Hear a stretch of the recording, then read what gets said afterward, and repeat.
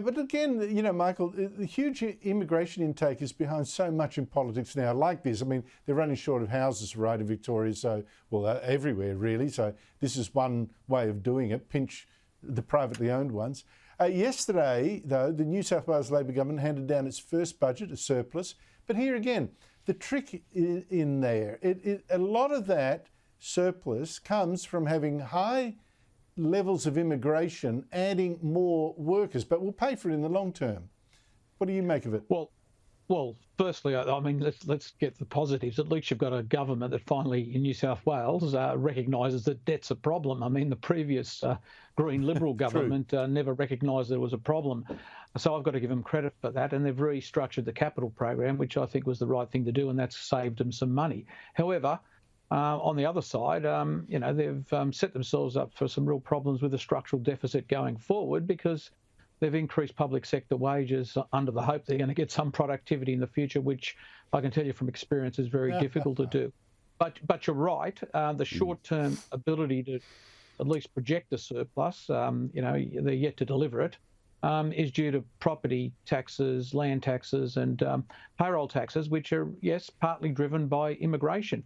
But for the states, it's a double whammy, Andrew, because it's not all positive for them, this immigration. They've got to provide the infrastructure, they've got to provide the roads, they've got to provide, you know, the water, the sewage, everything else, the schools, and that brings a huge cost to state governments, which they really can't recoup from the taxation base that they have. That's why they've got structural deficits, and it's a major problem. I mean, even yesterday they announced a paltry amount of housing over a 15-year period, which is just going to be a drop in the ocean compared to what's required.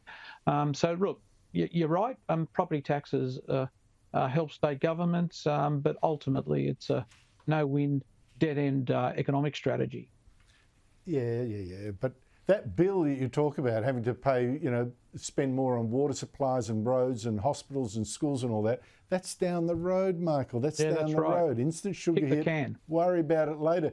Yeah, but why, David, why are governments, you've been advising these guys for years, why are governments so addicted to high immigration when the polls say the public are suspicious of it? Well, I mean, I agree with Michael on what he's just said there. I've always been of the view that an economy that is not growing its population base is a population that's in decline. It's a country that's in decline. And so there's two ways to accomplish that. One, you have more children, which we're not doing, or you have to increase your population by immigration, which the government is doing, right?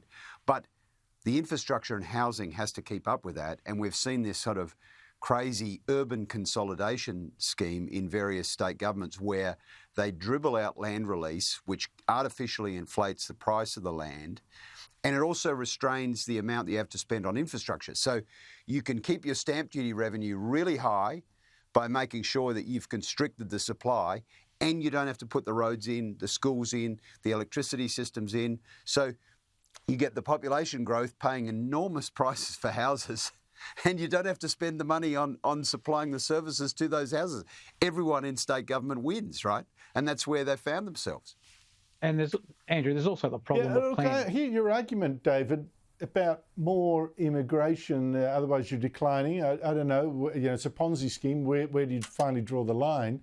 But the point is, this is at insane levels. I don't think any country in the Western world is growing at the rate that we're growing right now. This is an excess.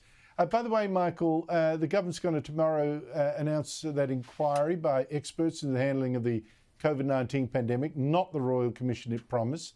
Are you expecting much out of it as a consequence? Well, look, Andrew, I expect very little out of it by virtue of the fact that it's got experts on it. I mean, we went through the pandemic and every expert was wrong. In some other countries are worse than ours, I might say, and you had certainly a collusion of special interests, credentialed special interest, that led to one of the worst responses to the pandemic, and certainly in terms of the economic consequences, we're still suffering from that. Really, it comes down to the terms of reference. I would rather see people that are completely independent from the medical and community and the vested interest, the pharmaceutical interest, everybody else involved, having a look at this, because the way it was handled was appalling. And we know from Sweden and places like that, it didn't have to be handled this way. Correct. David Gazzard, I'm out of time, but I just need to hear from you. I mean, maybe, I think they'll get away with it because the public is sick of hearing about that terrible time. They don't want to know about it. Well, I think an inquiry is a worthwhile exercise, but as long as it's a fair income inquiry. So we saw our economy stress tested like never before, and probably the tectonic plates of state and federal responsibilities, came under stress as never before. So it would be great if the inquiry looked at all the issues, state and federal, particularly states, and made some recommendations that actually paved the way, so we wouldn't find ourselves, the next pandemic comes along, we wouldn't find ourselves in the same situation. Good luck.